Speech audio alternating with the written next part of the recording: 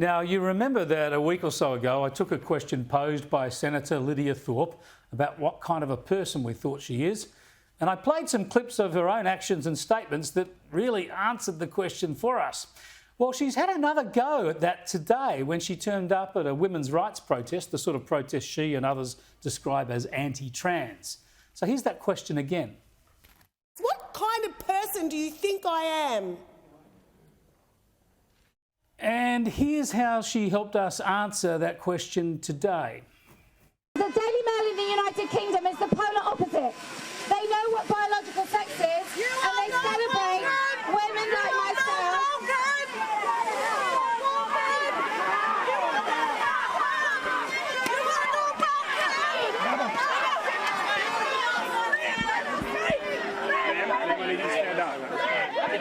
Let's go.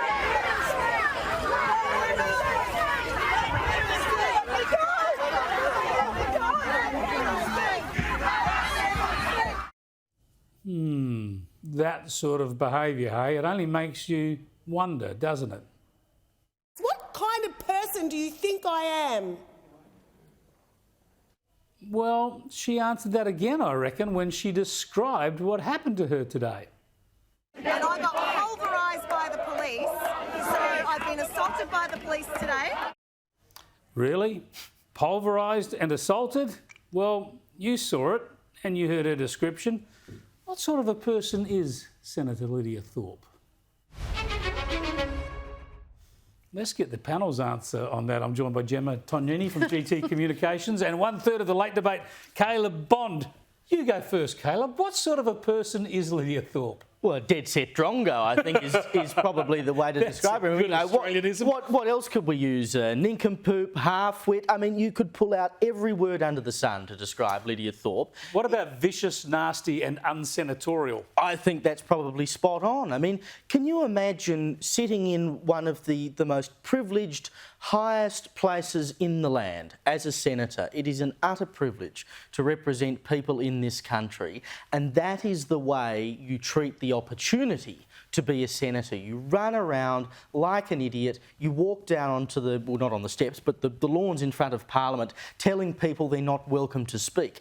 Any person who sits in Parliament and thinks that you're not welcome to hold a protest on the lawns of Parliament does not deserve to be there, because that is the entire point of democracy. She is a disgrace. She's a radical activist. Now, one element of this that really concerns me, Gemma, is she's abused the police before as criminals. Here she is again resisting the police.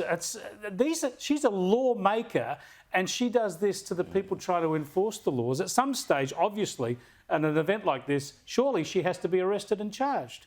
I don't know why she hasn't been already. I look at that behaviour and think, you know, when my niece and nephew were 4 and 5, saw a bit of that.